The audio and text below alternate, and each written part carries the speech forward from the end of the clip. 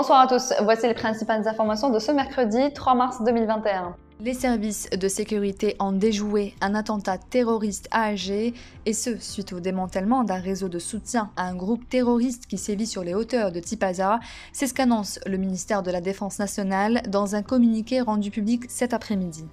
Après investigation, il s'est avéré que l'un des éléments arrêtés dudit réseau avait acheminé une bombe de confection artisanale qu'il a posée dans un lieu précis aux environs de la commune des Eucalyptus dans la capitale, indique le communiqué en précisant que cet engin explosif, qui devait être utilisé pour perpétrer un attentat criminel à Alger, a été localisé et désamorcé hier par un groupe d'intervention spéciale de l'ANP dépêché sur les lieux.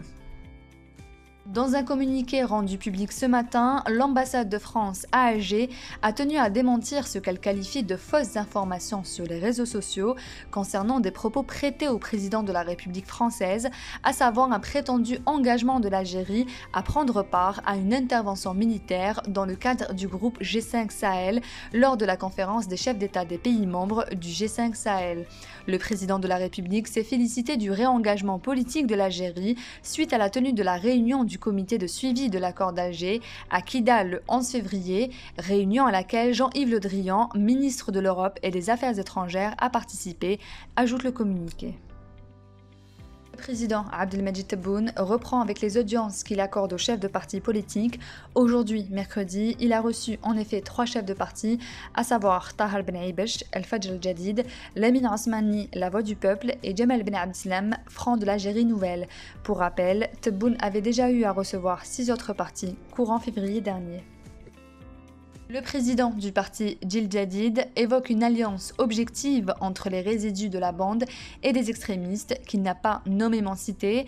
S'exprimant ce mercredi matin dans un forum médiatique, Sofiane Djilali a en effet dénoncé ce qu'il qualifie de résidus de la bande, embusqués dans les arcanes des institutions de l'État à tous les niveaux ou agissant en dehors de mener de concert avec des extrémistes une contre-révolution pour empêcher ou tout au moins freiner le processus de changement engagé par le président de la République.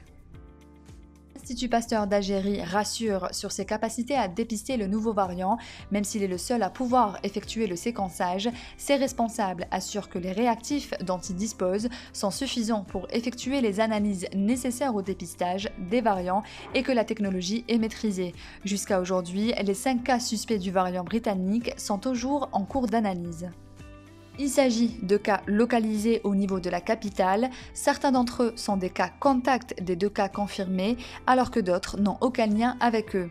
L'équipe du département de virologie de l'annexe de Sidi Farj de l'Institut Pasteur d'Alger, qui a organisé aujourd'hui une journée d'information, affirme que c'est grâce à la vigilance que les 2 premiers cas avaient été détectés fortuitement.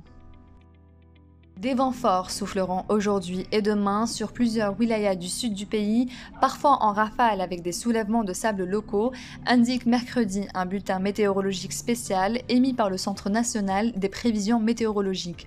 Les wilayas concernés par ce BMS de niveau de vigilance orange sont Reldaya, El Mnia, Larouat, sud d'Al-Bayad et sud de Djelfa, Illizi, Ouelgla, El Oued et Togoult. Les vents de direction est à nord-est souffleront à une vitesse entre 60 et 70 km/h durant la validité du BMS qui court de ce mercredi à demain jeudi à midi. C'est la fin de ce journal, merci de l'avoir suivi. L'information continue sur notre site www.lesoirdalgerie.com.